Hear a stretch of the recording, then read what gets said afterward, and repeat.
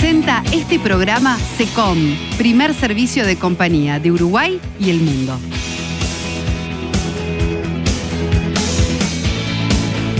Clínica Oftalmovisión, centro quirúrgico de alta especialización. Referentes en todas las áreas de la oftalmología. Muy bienvenidos a Saber Vivir Mejor. Muy buen sábado para todos. Y comenzó esta semana la vacunación contra la gripe y la doctora Rey nos va a contar a quiénes está dirigida y sobre todo va a derribar muchos mitos respecto a esta importante vacuna. A continuación también les cuento que vamos a estar recibiendo un famoso que en el mes de febrero casi se atraganta y se pega el susto de su vida. Ya te vas a enterar de quién es. Estos son los avances del día de hoy.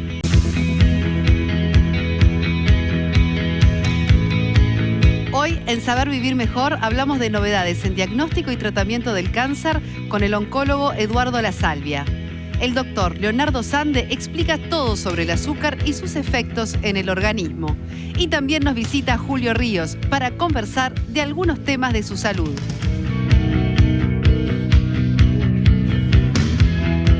Y ahora sí recibimos a la doctora para hablar de la vacuna de la gripe. ¿Cómo le va, doctora? Muy bien, y con un desafío que me puse hoy, que es tratar de convencerlos de que se tienen que vacunar. Comenzó esta semana la vacunación, a mitad de semana, y me imagino que ya un montón de gente se habrá ido a vacunar. ¿Por qué es importante esta vacuna de la gripe? Es importante porque es la herramienta más segura que tenemos y es la más efectiva que hay para prevenir la gripe. La gripe es un cuadro que no es grave en todas las personas, pero hay grupos de riesgo fundamentalmente. Los niños menores de 5 años, los adultos mayores o las personas que tienen comorbilidades y las embarazadas. Ese sería el personal o las personas que tienen mayor riesgo. Entonces, en ellos pueden tener un cuadro grave. Pero a cualquiera de nosotros que nos dé una gripe, pero cuando hablo de gripe, va a ser una semana fuera de las actividades, porque la gripe en sí mismo es un cuadro que da rápidamente fiebre muy intensa, dolores musculares, artromialgias, decaimiento, depresión del estado general, te lleva a la cama, Soledad, por una semana. Y después de que tengas esa semana, quedás con tos, quedás con síntomas persistentes. Con secuelas. Entonces, no es lindo tener una gripe. Y si yo te digo que tengo una vacuna que es efectiva y que ha demostrado ser efectiva para, por lo menos, disminuir el contagio, disminuir el porcentaje de gente que se tenga que hospitalizar y disminuir la mortalidad, y que además es la vacuna que más se da en el mundo, que ha demostrado ser una vacuna muy segura, mi recomendación es: date la vacuna de la gripe. Está muy bien, doctora. Incluso usted me decía cómo después de, claro, lo que fueron todas las vacunas contra el COVID, hubo un descenso muy grande de la vacuna de la gripe, porque la gente se había hartado del tema de las vacunas. Pero este año en particular hay una recomendación específica de que va a ser un año donde puede haber mucha gripe, ¿no? Puede haber mucha gripe, y yo también llamo al personal de salud. El personal de salud siempre tuvo una buena cobertura, durante el 21 y 22, una cobertura que llegó al 100% cuando estuvimos viviendo el COVID, y después el año pasado cayó a menos de un 20%. Entonces, eso lo tenemos que remontar. ¿Por qué? Porque nosotros no solamente nos enfermamos, sino que estamos en permanente contacto con gente que está enferma y podemos ser transmisores. Entonces, tenemos que tener anticuerpos. Pero una cosa que me dicen siempre, Soledad, es: me vacuné y me enfermé. El año que me vacuné fue la peor gripe que tuve. Bueno, eso es un mito. Es cierto, yo he escuchado varias veces. Mi madre me lo dice. Así que, mamá, escúchame. Es verdad que la eficacia de la vacuna no es 100%. Ronda entre un 50%, un 60%. Depende de las cepas que van a circular. Es contra algunas cepas. Se supone la predominante de esa temporada, que estuvo, ¿no?, en el hemisferio norte en la temporada pasada y se prepara para el hemisferio sur en este. O sea, tiene una protección. Esa protección no es 100%. O sea, te podés vacunar y te podés enfermar. Sí, es verdad. Pero no es la vacuna que engripa, porque a veces la gente dice: ay, me estoy metiendo el virus y por eso me engripé. No, lo que se da es, la vacuna está formada por una proteína inactivada del virus. O sea, es un pedacito del virus inactivado que no infecta a nadie. Lo que te da es ese pedacito de proteína, lo que hace es formar anticuerpos contra el virus. Esos anticuerpos no se forman de un día para el otro, demoran un día en formarse. Entonces, si tú estuviste en contacto con alguien que tuvo que estaba transmitiendo el virus, con alguien que tuviera gripe, te vacunaste y tu cuerpo estaba formando las defensas, tenés un periodo de tiempo en el cual te podés, a pesar de haberte vacunado, tener una gripe. Está Eso claro. demora Bueno, unos qué 15 importante. días en ser totalmente eficiente. Qué importante que lo aclare. De todos modos, pregunta, ¿tiene alguna contraindicación la vacuna de la gripe? No tiene contraindicaciones, se da a niños a partir de los 6 meses, hasta los 5 años es la recomendación. Como dijimos, todas las personas mayores de 65 años, los que tienen comorbilidades, las embarazadas o las puérperas que no se hayan vacunado durante el embarazo, el personal de salud, el personal que trabaja y que reside en los residenciales, en los LPM, o sea, todo eso es personal y este año se agrega también los que trabajan con aves de corrales y aves por la conjunción con la gripe aviar, que no tiene que ver, pero se nombró como un grupo de riesgo además. Bien. Así que los invitamos a todos. Es gratuita, no es obligatoria y no hay que llevar una receta médica. Solamente con la voluntad de quererse vacunar, alcanza. Con Perfecto. eso, en cualquier centro de vacunación. Clarísimo. No me sale de vacunación. Ahora, vacunan. está bueno ir ahora, ¿no? No Claro. esperar a estar en pleno En invierno. agosto nos va a servir para mucho. Por eso, cuanto antes mejor. Cuanto antes mejor. Clarísimo, doctora, como siempre, un placer. Bueno, nos reencontramos en un ratito nada Ya más. nomás. Nosotros vamos a continuar porque quiero hacerle algunas preguntas. ¿Sabías que dejar pasar pequeños problemas de visión puede generar a futuro un daño irreversible en tus ojos?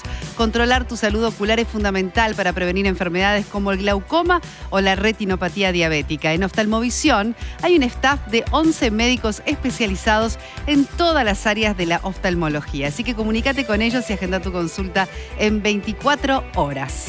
También quiero contarte otra cosa. Ahora Audical es una marca Amplifon, lo que significa que a la empresa líder en soluciones auditivas aquí en nuestro país, en el Uruguay, se le suma ahora como noticia el respaldo del líder a nivel global.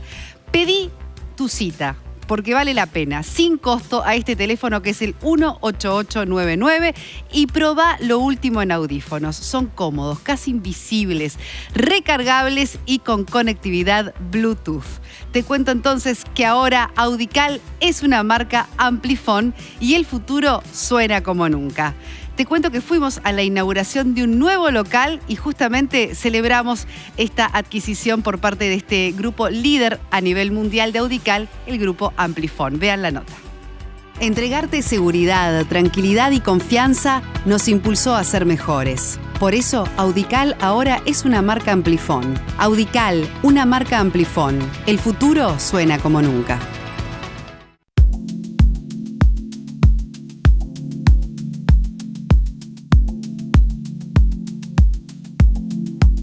Nos encontramos en Montevideo Open Mall. Bueno, es un nuevo concepto que estamos presentando en el día de hoy. Es el nuevo concepto del grupo Amplifon que se llama AmpliCare. El concepto de AmpliCare está enfocado en una transparencia para evitar el estigma, porque resolver problemas auditivos es buscar la calidad de vida de las personas. Nosotros lo que buscamos con este concepto es empoderar a las personas para que redescubran las emociones de los sonidos. Y en este concepto tenemos a la persona en el centro de todo, desde la bienvenida, haciendo una información accesible y que sea interactiva, a cuando pasamos a la sala de adaptación, donde la persona es el centro de todo lo que sucede para que se empodere y busque la mejor solución.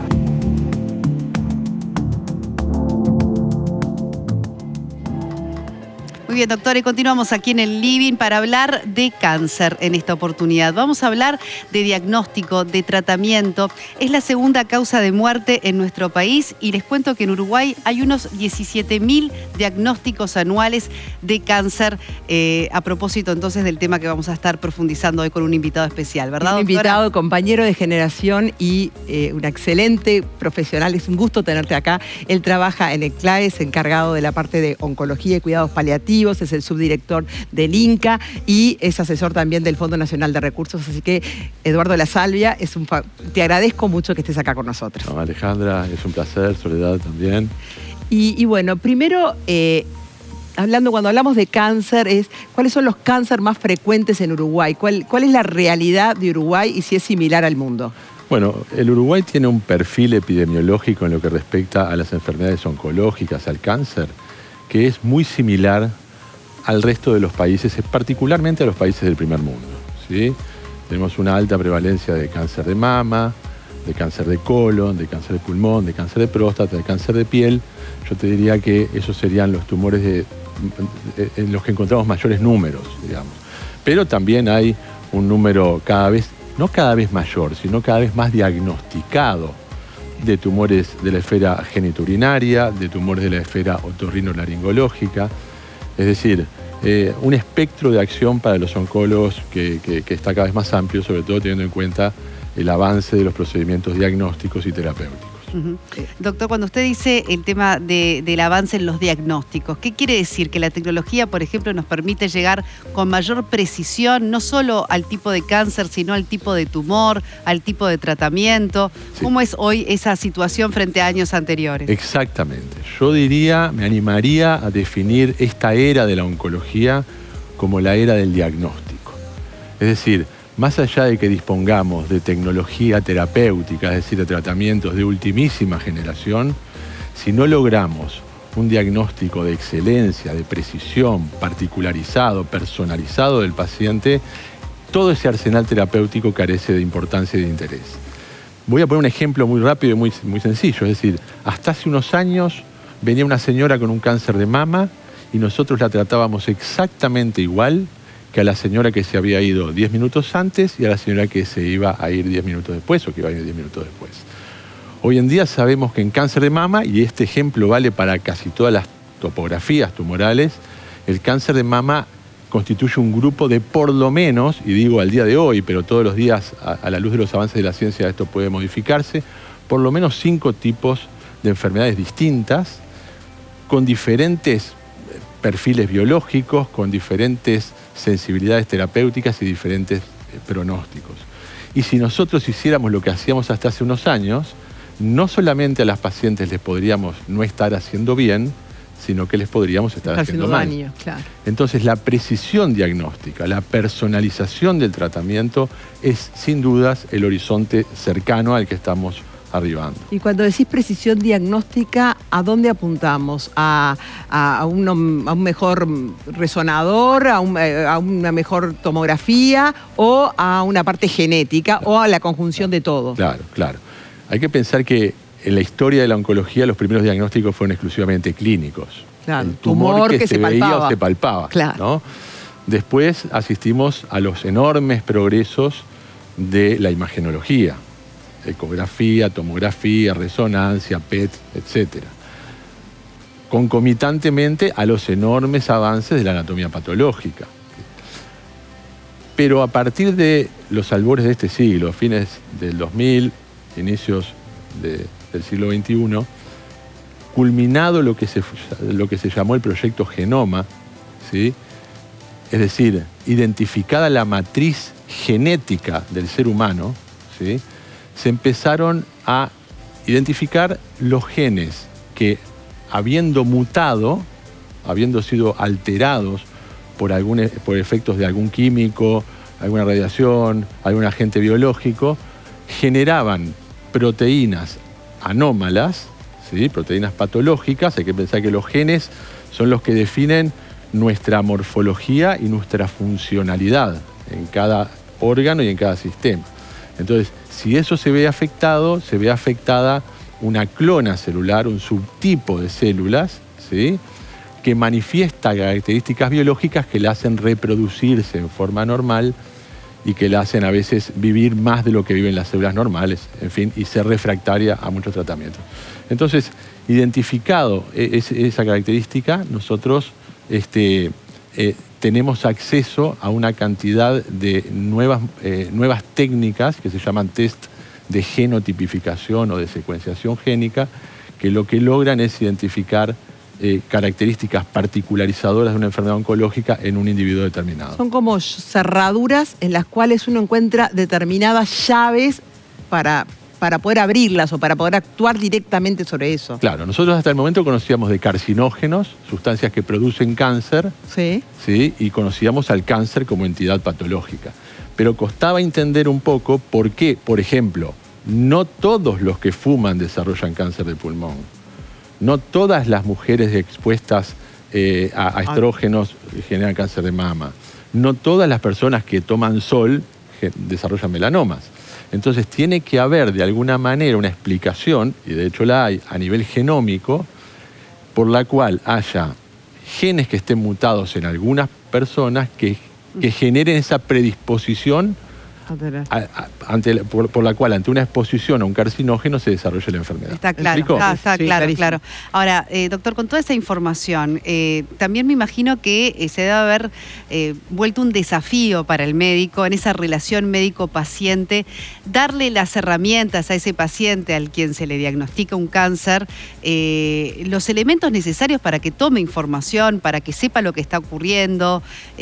¿Qué pasa con ese intercambio, verdad? Hoy Sí, por hoy, sí, con sí. con decisiones que incluso tiene que tomar el paciente, pero que debe también comprender la posición en la que está, etcétera. Exacto. Pará, y le quiero agregar algo a la pregunta de Sole, que era que cuando nosotros éramos más jóvenes, era el familiar era el que se hacía cargo de la enfermedad y del diagnóstico. No se lo digan, mejor háblenlo con nosotros, él no sabe. Y ahora en esto también ha cambiado totalmente, ¿no? Exactamente. Históricamente se discriminaban las culturas en aquellas culturas mediterráneas, ¿sí? En la cual se era muy proteccionista del paciente, y aquellas culturas sajonas en las que se era muy frío y muy duro en cuanto a la elaboración de pronósticos y al manejo de la información con el paciente. Y a eso hay que agregarle además el advenimiento de lo que significa la judicialización de la información, claro. Es decir, los pacientes, el derecho a estar informados de los pacientes. En las últimas décadas, con la aparición de la Internet, las fuentes de información para los pacientes empezaron a ser muchísimo más amplias. Y los médicos, independientemente de nuestra formación y nuestra filosofía en cuanto al manejo de la información, nos sentimos ante la obligación de explicarle al paciente su situación, ¿sí? Sobre todo a la luz de que con tanta información el paciente podía perder capacidad de jerarquización. Ustedes saben lo que son, uno pone una palabra en internet sí, y puede leer cualquier cosa. Entonces hay una obligación ética, moral, filosófica y judicial y en este momento además pragmática de dar la información. Lo bueno es que cada vez estamos en condiciones de dar mejor información, ¿sí? Claro. Mejor en cuanto al optimismo que puede generar, ¿sí? Una enfermedad oncológica aún en situaciones de diseminación, conceptualmente incurables por el momento, ¿sí? Pero en donde tenemos instrumentos que permiten apuntar en muchísimos casos a la cronificación, a aplanar la curva de la enfermedad, a que el paciente sin estar curado pueda vivir con el cáncer durante muchísimos años. Eso para mí lo remarco porque creo que nosotros vivimos esa bisagra, ¿no? Claro, de un paciente claro. que era diagnosticado con cáncer, con metástasis, ese paciente tenía una sobrevida muy, muy corta. Y hoy hay herramientas que permiten, como tú decís, la cronificación. Háblanos de estas herramientas. Claro, nosotros, como tú bien decís, Alejandra, asistimos a una época en donde cáncer diseminado era sinónimo de muerte y en muchos casos de sobrevidas muy acotadas en el tiempo, o sea, se medían en meses, ¿sí?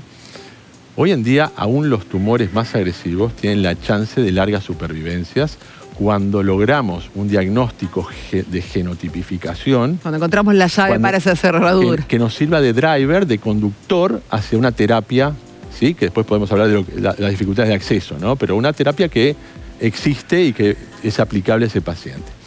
Entonces, teniendo en cuenta eso, es que ahora con los pacientes hablamos de muchas más cosas, ¿sí? Por ejemplo, de la vida con el cáncer. Claro.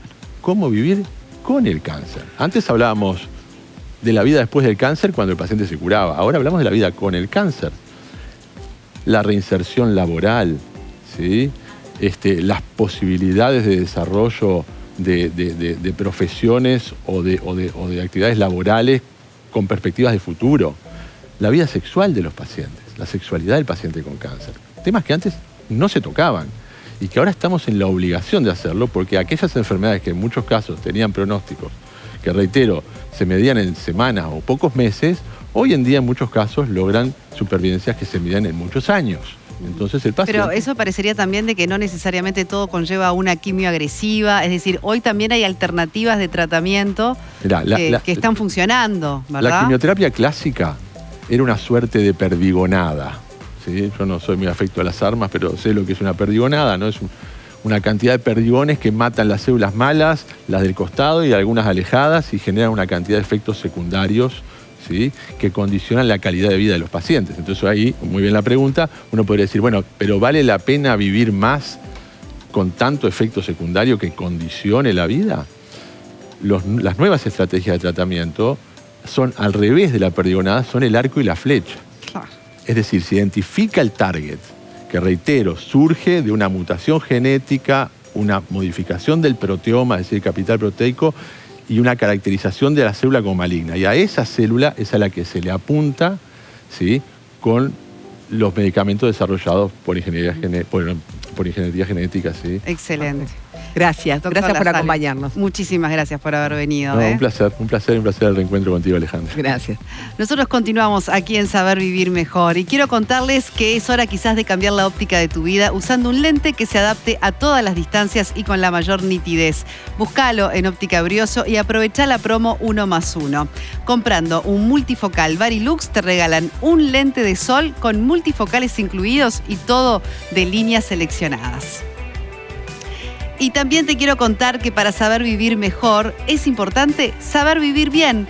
Por eso yo siempre elijo Farmacia San Roque, porque encuentro todos los productos que necesito y además la buena atención. Es su sello de calidad desde hace más de 95 años. Llama ya al 0800 34 56 y te llevan lo que necesitas hasta la puerta de tu casa. Acordate, 0800 34 56. Farmacia San Roque, viví bien. Nosotros vamos a hacer una pausa y cuando regresemos recibimos al gran Julio Ríos aquí en los estudios para hablar de algunos episodios vinculados a su salud que le pegaron algún susto que otro. Así que ya lo comentamos aquí en instantes. Hacé tu pedido en Farmacia San Roque llamando al 0800 34 56 y te lo llevan a tu casa. Farmacia San Roque, viví bien.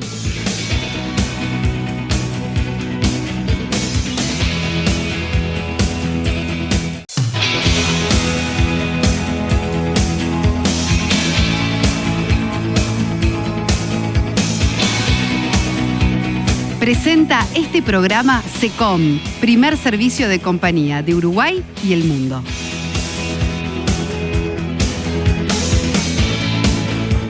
Clínica Oftalmovisión, centro quirúrgico de alta especialización, referentes en todas las áreas de la oftalmología. Seguimos en Saber Vivir Mejor en instantes con Julio Ríos, pero antes un poco de nutrición, de buenos consejos de la mano del doctor Leonardo Sande, diplomado en obesidad, que nos trajo esta barra para tentarnos. ¿Cuál es el propósito? ¿Qué pasó hoy? Se llenó de dulce la barra, pasamos ¿Qué es esto? Proteínas. Alfajores, chocolate, todo lo que me gusta. Bueno, no, es que vamos a hablar justamente del tema o del problema que es hoy el consumo del azúcar. ¿Verdad, Leo? Leo? Del azúcar. Vamos a hablar específicamente de este azúcar. El azúcar de mesa, por El azúcar de mesa, porque el azúcar es parte de los carbohidratos, que también está la fructosa, glucosa en la fruta y para nada, son muy saludables. Esto es la sacarosa, el azúcar de mesa, que es la unión de una glucosa y una fructosa. Bueno, uno de los venenos blancos, el azúcar, la sal. Eso dicen. Y los culpables del envejecimiento. Mucha cosa con el azúcar. A mí no me gusta demonizar ninguna comida. Bien. Realmente estoy como bastante en contra del terrorismo médico y nutricional. Esto lo va a envejecer, esto lo va a matar. Lo que está claro es, cuando hablamos de nutrición... Me parece bien. Lo que está claro es que la población mundial está consumiendo muchísima más cantidad de azúcar de la que necesita. Cuando miramos la recomendación de la OMS... El 5% de las calorías, que serían 25 gramos, 5 cucharaditas de esto. Se acabó. Por día. Por día. Claro. Y ahora con los ejemplos que traje, cuando empiecen a nombrar, van a decir, bueno, me paso de esos requerimientos ampliamente. Lo mismo que pasa con la sal. Segundo, está claro que el consumo excesivo de azúcar, repito, excesivo, tiene repercusiones en la salud. Obviamente la resistencia a la insulina, el aumento de peso, la diabetes, el hígado graso no alcohólico. Hoy, que ya tuvo un oncólogo muy importante con nosotros, el cáncer, las células oncológicas se alimentan mucho de azúcar. Por eso a todos los pacientes oncológicos le decimos no azúcar, las caries, entre otros. Pero lo que siempre hay que aclarar es que acá lo que importa es lo que las personas hagan todos los días, no lo que hagan en una oportunidad. Claro. Y el exceso de azúcar es lo que estaba matando. Yo no sé si la sacarosa por sí mismo, el azúcar de mesa, podemos considerarlo un veneno blanco. Lo que sí está claro es que la población está consumiendo en extremo exceso la Y te cantidad de agrego azúcar. algo más, no solo las cosas dulces, sino en un montón de otros alimentos que ni siquiera imaginamos que tienen azúcar y que también hay allí dosis de azúcar. De acá ¿no? vienen los ejemplos, porque uno a veces dice, ¿por dónde querés que comience? ¿De acá para allá? Cualquiera. Por mí, adelante, arranquemos por el Dulce de leche, ¿no? Sí. Cada 100 gramos de dulce de leche tenemos 50 a 60 gramos de azúcar. Prácticamente el doble de los requerimientos diarios. En una cucharada de En dulce 100 de gramos. leche. Ah, Pero mirá que el tarrito chico son 250. Claro. 100 gramos, no te creas que no te lo comes en 3 cucharadas. O sea, es como mucho más concentración de azúcar, inclusive la que imaginamos. Bien. Galletitas, las rellenas, las que vienen con más azúcar. Quizás 3 galletitas nomás ya tengan de 15 a 20 gramos. O sea, uno puede consumir el total de azúcar en el día en 3 galletitas. Los refrescos gasificados con azúcar. 25 gramos, 250 cc, cuarto de litro. O sea, en cuarto de litro de refresco con azúcar, obviamente, no podemos consumir todo el azúcar del día. Los caramelos son todo azúcar. Cada 100 gramos de caramelos, que tampoco es tanto, porque cada caramelo debe tener 20 gramitos, ya tenemos 50 60 gramos de azúcar. Y después tenemos los alfajores. Ahí sí te lo digo por unidad. Un alfajor puede tener de 45 a 50 gramos de azúcar. Y cada 100 gramos de chocolate, 60 gramos de azúcar. Traje estos ejemplos porque para son ver qué ejemplos rápido nos podemos pasar de la de recomendación. consumo diario de lo de que los es niños saludable. del colegio. No, claro. El imagínate, ya te alfajorcito, convierten las en un- tabletas, las galletitas, Exacto. con poca cosa. Yo lo que también quiero transmitir que todo esto puede tener solución, ¿no? Porque el dulce de leche como que no tiene arreglo, ¿no? Es dulce de leche, leche Bueno, azúcar. ahora hay sin azúcar, ahora Claro, hay pero las variedades. galletitas se endulzás con una fruta, con banana, avenas y haces galletitas. El refresco no será lo mejor del mundo, pero lo tomas light. Caramelos hay sin azúcar. Hay millones de formas de hacer un alfajor que capaz no tenga tanta sobrecarga de azúcar, ¿no? Porque, bueno, el consumo de azúcar tiene un efecto bastante adictivo, que es el efecto carbodroga, ¿no? ¿Qué es ese efecto carbodroga con ese nombre tan fuerte, Tan no? fuerte. Porque es muy adictivo. Es muy el adictivo. azúcar. Cuando uno consume azúcar, la alimentación se regula en la parte más primitiva del cerebro, que se llama hipotálamo. Ahí se regula la sexualidad, la temperatura y la alimentación. Básico porque son funciones de supervivencia de cualquier especie. Cuando uno come y cuanto más azúcar y grasas y harinas come, se secreta más dopamina, que es la sustancia del placer.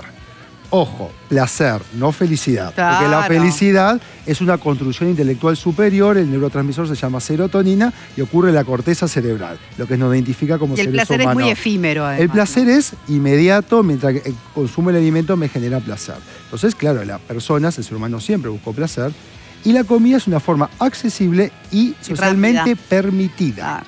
Eso quizás más. Socialmente es permitida, nadie va a ser juzgado por comerse toda esta barra de dulce. Me voy de acá y le entran todos, estoy seguro. ¿Me entendés? Come toda la barra Bueno, de ahora dulce. que lo decís, me inhibiste, ¿viste? Pero bueno, es socialmente permitida. Si uno además asocia, por ejemplo, estados emocionales, las personas deprimidas, angustiadas, el estrés, y descubre una sustancia como el azúcar que le libera dopamina y le genera placer, obviamente va a querer repetir la conducta y de ahí el nombre carbodroga. Está bien claro, pero te agradezco, Leo, que hayas traído ejemplos tan gráficos de lo fácil que es pasarnos de esa medida recomendada por la Organización Mundial de la Salud. Y claro, cómo el exceso de azúcar, o sea, es muy fácil de tenerlo al Muy alcance de fácil. la mano, Es muy realmente. fácil. Realmente. A tomar entonces conciencia de estos buenos consejos del doctor Leonardo Sande. Gracias. Gracias a ustedes. Nosotros queremos decirles que Secom es la empresa líder que brinda un servicio humano y profesional a través de sus acompañantes egresados de la Escuela de Capacitación. Cuenta con certificación de calidad en todos sus procesos según la norma ISO 9001-2015 y ahora además cumple con los estándares internacionales en seguridad de la información, contando con certificación ISO 27001-2022. Garantizando la protección de la información de los afiliados, colaboradores, proveedores y otras partes interesadas. Como siempre te digo, Secom es el primer servicio de compañía de Uruguay y del mundo. Y ahora sí, ya vamos con Julio Ríos, que nos está esperando en el living, con la elegancia de siempre, por supuesto. ¿Cómo le va, Julio? Espléndido, Bienvenido. Para no ser, muchas gracias, pero para no ser menos, porque la verdad que veo aquí qué mujeres muy elegantes, muy bonitas, así que es un privilegio y un placer estar acá con ustedes. Gracias, Julio. Para nosotros siempre un placer recibirte, siempre verte también en la televisión. Muchas gracias, muy amable. Pero bueno, nos hemos enterado de un tiempo a esta parte que has tenido algún susto que otro vinculado a tu salud y en realidad, Julio, quiero ir primero a ese asunto doméstico tan frecuente, ¿verdad? Muy frecuente. Como puede ser atragantarse con algo, el susto y sobre todo, bueno, poder contarlo, porque no siempre es lo que pasa, lamentablemente. Mira, aparte, vos decís el atragantamiento con la galletita, la famosa Que ahora nos vas a galletita. contar bien cómo fue porque la gente no sabe. Correcto. Y aparte te quiero decir algo, que en mi caso particular, eso tiene un agravante porque mi gran amigo, Luis Marcelo Claverí, murió hace 1 año y medio atragantado en una parrillada comiendo un asado. Tremendo. Impresionante. Anduvo 30 años conmigo, iba para todos lados. Un tipo... Que nadie lo pudiera ayudar, además, ¿no? No, yo no Tremendo. quise ir posteriormente a la parrillada porque no me quise enterar fehacientemente de lo que había pasado. ¿Me explico? Porque me dolía mucho, tipo al que yo quería mucho, un hermano de la vida. Mirá, yo desayuno todos los días en casa, ahora está todos mirando lo que estabas haciendo. Las ¿Estabas tentaciones, bien o no? Me imagino que se las habrán llevado Midiendo tus todas. azúcar. Estoy pasado. Estaba en mi casa desayunando y no suelo sentarme en la mesa, tengo una barra ahí, entonces coloco las cosas arriba de la barra, pongo el celular sobre un costado y comía, no como más. Galletitas al agua, ¿correcto? La galletita al agua tiene una particularidad, no las gruesas, las que son bien finitas, son muy filosas. ¿Ah? Entonces le ponía mermelada de frutilla, queso, un vaso de jugo de naranja y un té, que es lo que he desayunado. Ahora por el tema de la laringitis, que después lo vine a saber, no lo sabía en ese momento. Tengo laringitis, que se me inflamó la laringe y evidentemente por el lugar donde pasan los alimentos se achica de forma considerable. Estoy comiendo en ese momento ahí y me mando una galletita, haciendo algo que yo no le permito que hagan mis hijos, que ya están grandes, cuando estamos juntos, agarrando el teléfono. Estaba solo en mi casa, entonces cuando veo que en definitiva voy a tragar la galletita, no podía. ¿No te pasaba? No me pasaba. Lo intento una segunda vez y ni ahí. Bueno, la verdad que me empecé a preocupar seriamente. Y sentías que respirabas, pero que Bueno, no te pasaba. Ahí hay un detalle muy interesante. Lo primero que agarro es un vaso de agua. Lo lleno con agua y lo tomo. Cuando lo tomo, rebota el agua en la galletita y cae al piso como si tiraras un vaso de agua, por ejemplo, en la pared. Ay, además los nervios, ¿no? No, pero créemelo. A ver, hay cosas que son increíbles, ¿no? Entonces ahí me di cuenta que realmente estaba en un problema. Serio. Pero juro que ahí le pedí a mi amigo que me diera una mano, ¿no? Yo creo mucho en ese tipo de cosas. Está bien. Entonces, debí, hoy con las cartas a la vista, debí haber tomado otro vaso de agua. Porque ¿qué hizo el vaso de agua? Ablandó la galletita. Eso no pasó ni en 5 segundos, ni en 10 segundos, ni en 15 segundos, ni en 30. Entonces, ¿qué fue lo que hice? Dije, Julio, estás en un problema serio. Tratá de respirar por la nariz aún atragantado para que te llegue oxígeno al cerebro, porque si eso no pasa, la quedás. Aparte, una muerte sin dignidad de ningún tipo, tirado, imagínate, en la cocina de tu casa, atragantado con una galletita. Yo creo que hay hasta muertes con dignidad, ¿viste? No lo digas así, pero no, a mí vos sabés que me pone brutalmente nerviosa toda la situación que tuviste que vivir. Yo tuve, por ejemplo, pancreatitis. Tuve 15 días en un CTI. Murieron las 3 personas que estaban al costado mío. Después tuve otros 17 días internado. Tuve 32 días. Nunca en mi vida se me pasó por la mente que yo me iba a morir con una pancreatitis.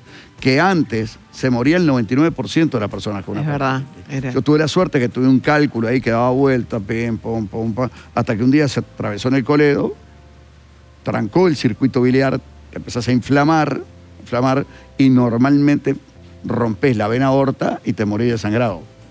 ¿Cuál es la suerte que tuve en esa oportunidad? Que el cálculo que tenía defloró el coledo, el organismo lo expulsó y se restableció el circuito biliar. Una pancreatitis por un cálculo biliar. Ahí Exactamente, está. por un cálculo biliar. Ahí nunca pensé que me iba a morir. Pero sí con la galletita. Y estaba entubado por todos lados. COVID, que de eso has hablado mucho. COVID.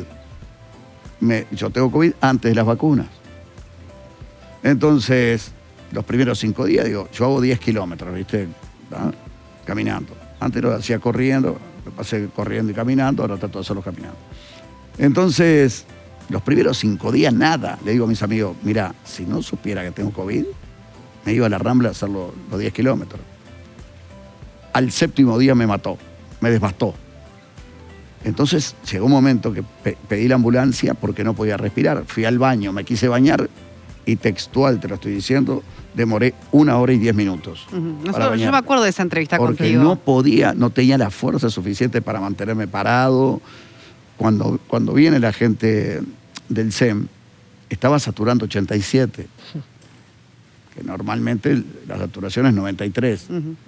Se te puede generar una embolia. Pero volví a la galleta para... No, y la galleta... Yo sigo con los nervios del momento. Y estando solo, porque en una situación de atragantamiento hay maniobras que una persona cuando ve que la persona no puede respirar, no puede hablar, que hace gestos, se puede hacer lo que se llama una maniobra de Heimlich o pegar directamente entre las escápulas o apretar en la boca del estómago hacia arriba para poder sacar la galletita. Lo intenté a eso. ¿Vos sabés lo que me pasó? Es que traté de estar lo más calmo posible. Qué suerte que no es fácil en un momento así, menos yo todavía, que a veces está... ¿Cuánto duró todo? Bueno, me haces la pregunta que me hizo mi hijo. Exactamente la misma pregunta que me hizo mi hijo, me la haces vos. Y no te la puedo contestar. ¿Sabes por qué no te la puedo contestar? Porque cuando vos ves que te morís 10 segundos, 15 segundos, 30 segundos, 1 minuto es una eternidad. Pero podías respirar. Yo, a ver, no podía respirar. No podía. Podía respirar por la nariz un poquito, pero estaba atragantado, imagínate. O sea que no llegaba, claro. Atragantado. Entonces digo, Julio, lo que pensé en ese momento fue, respirar por la nariz, que la única manera de salvarte que tenés es que es una galletita. Pero tampoco estaba generando saliva. ¿Entendés? Por lo cual, el haber tomado el vaso de agua, que rebotó así, pero tal cual si lo tiraras contra la pared y rebota el agua y cae en el piso. Eso me impactó en el comienzo, ¿viste? O sea, cuando tomé el vaso de agua, ¡pa! Y vi que había rebotado, me impactó. Ahí me di cuenta que estaba en un problema serio. Y es terrible porque es una tontería, pero la vida es muy irónica, muy irónica. A veces, vas caminando por la vereda y se te cae un andamio o se te cae una cosa y vos decís, no, la persona murió porque se cayó una cosa. Mirá que la vida es muy irónica, pues yo entiendo y me he prestado también. A ver, vos, Julio, no vas a morir con una galletita. Sí, podés morir con una galletita. Podés tropezar con una baldosa y te podés matar. Podés morir de la forma más inverosímil que se te puede imaginar. Por eso yo no le tengo miedo a la muerte. ¿Por qué no le tengo miedo a la muerte? Por una cuestión elemental. Me va a pasar a mí, le va a pasar a ustedes, le va a pasar a todos los que están dentro del estudio. Le tengo miedo al cómo. Claro. Porque morir ahogado es terrible. No, tremendo. Morir quemado. Bueno, cuando terrible. viste que se te había aflojado, porque yo me pongo muy nerviosa, cuando viste que se te había... Mirá, vos decís, el agua igual hizo su efecto, ¿no? El agua de hizo su ablandar. efecto. Ahí pasaron aproximadamente, estoy diciendo aproximadamente, sí, 45 segundos, ponele. Dije, Julio, tratás de respirar, pero era terrible porque estás atragantado. No, es tremendo. Y tener que respirar por la nariz no es fácil, ¿me entendés? Digo, pero tengo que tratar de respirar para que le llegue oxígeno. Fue lo primero que pensé, ¿viste? Para que le llegue oxígeno al cerebro. Pues si no te llega oxígeno al cerebro, fuiste. Después capaz que te recuperan y quedás con daños cerebrales, ¿me entendés? Entonces, pasaron, ponerle 45 minutos y agarré y hice palanca con las mandíbulas. Con la mandíbula hice palanca y no la pude romper. Hice palanca por segunda vez y ahí sí, la partí. Y pasó. Pasó y me rasgó todo el esófago. Claro, pero bueno, eso era secundario. Se debe haber trancado más. O sea, nosotros tenemos, imagínense, un caño y ese caño se divide en dos. Una una parte de la tubería que va hacia la parte digestiva, esófago y estómago, y lo otro que va hacia la parte respiratoria, la tráquea. Pero el problema de tratamiento es cuando, ya sea el alimento, lo que fuera, tranca la vía respiratoria. Entonces ahí hay que hacer el esfuerzo de tos y las maniobras para tratar de expulsar de la cañería respiratoria y que salga a la vía digestiva, que fue lo que seguramente a vos te quedó ahí en el Carrefour, que se llama. ¿Y sabes lo que pasa? Que esas galletitas, yo ahora decidí cambiar totalmente como tostada. Pobre, la culpa de la galletita. Se terminaron las galletitas, para mí no existe la posibilidad de comer una galletita. De comer una galletita. Bueno, pero peor con un pedazo de carne como es tan frecuente, ¿verdad? No, ni que hablar, pero aparte, días después, empecé a tener problemas con la voz. Claro, pues se te inflamó todo eso. Entonces, voy al británico, ahí me dan pasé a una fonoaudióloga. Muy buena. Entonces me dice, mira, Julio, tenés muy inflamada la tráquea. Cuando vos tenés la laringe. La laringe. Cuando vos tenés inflamada la laringe, eso fue también colaboró para que vos te hayas atragantado con una galletita. Se ve que la galletita se partió y se clava, como es muy filosa. Esa galletita bien ultra fina, ¿viste? Al agua, ultra fina, es muy filosa, muy peligrosa. Que fue lo que terminó ocurriendo. Se ve que se trancó ahí, ¿me explico? Y bueno, y eso tapó, me dice, pero la laringe realmente jugó también un rol muy, pero muy importante. Por eso me dijo ella, picá todo bien chiquitito, porque a veces uno anda en la dinámica cotidiana de un lugar para el otro, viene, come, ¿Cambió corta. tu forma de comer ahora? Tomaste conciencia, tomaste Sí, conciencia. pero ¿sabes lo que pasa? También soy consciente de algo, para no ser hipócrita. Al comienzo que te sucede algo malo, los primeros tiempos uno toma conciencia. Y después Y como se olvida. todo, y después no se Y en olvida. la vida después, cuando pasa el tiempo, te olvidas del tema. Pero yo digo con los niños, los caramelos con los niños. Por ejemplo, yo estaba Los escuchando... caramelos son mi terror. Los caramelos les tengo pánico los a juguetes los niños y los chiquititos, caramelos. los juguetes chiquititos, También. las piezas. Me de pasó con una mentita los otros días. Claro. Estoy comiendo una mentita, la rompo la mentita. Pero no me pregunte qué pasó, que una cosa chiquitita de la mentita me quedó ahí en un agujero. Y no podía hablar. ¿Viste cuando no puedes hablar? No era que no podía respirar. Sí podía respirar sin inconveniente. Me pasé 2 horas tomando agua hasta que la mentita no se diluyó. Me había quedado una mentita ahí sobre... ¿Hay alguna Sobreviviente. recomendación, doctora, si uno está solo, nuevamente como le pasó a Julio? Porque además esa situación encima, vivirla estando solo, es tremendo. Inclinarse o tirarse frente con un sillón. Contra la mesa contra igual. la mesa, contra la contra mesa, un sillón con o algo fuerza. para poder Claro, apretar hay que salga. hacerlo también, Eso ¿no? es cuando uno está Mira, yo solo. lo intenté a esa palanca, yo lo intenté y me di cuenta que no.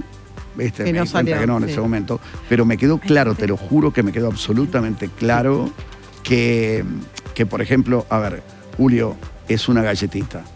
¿Está claro?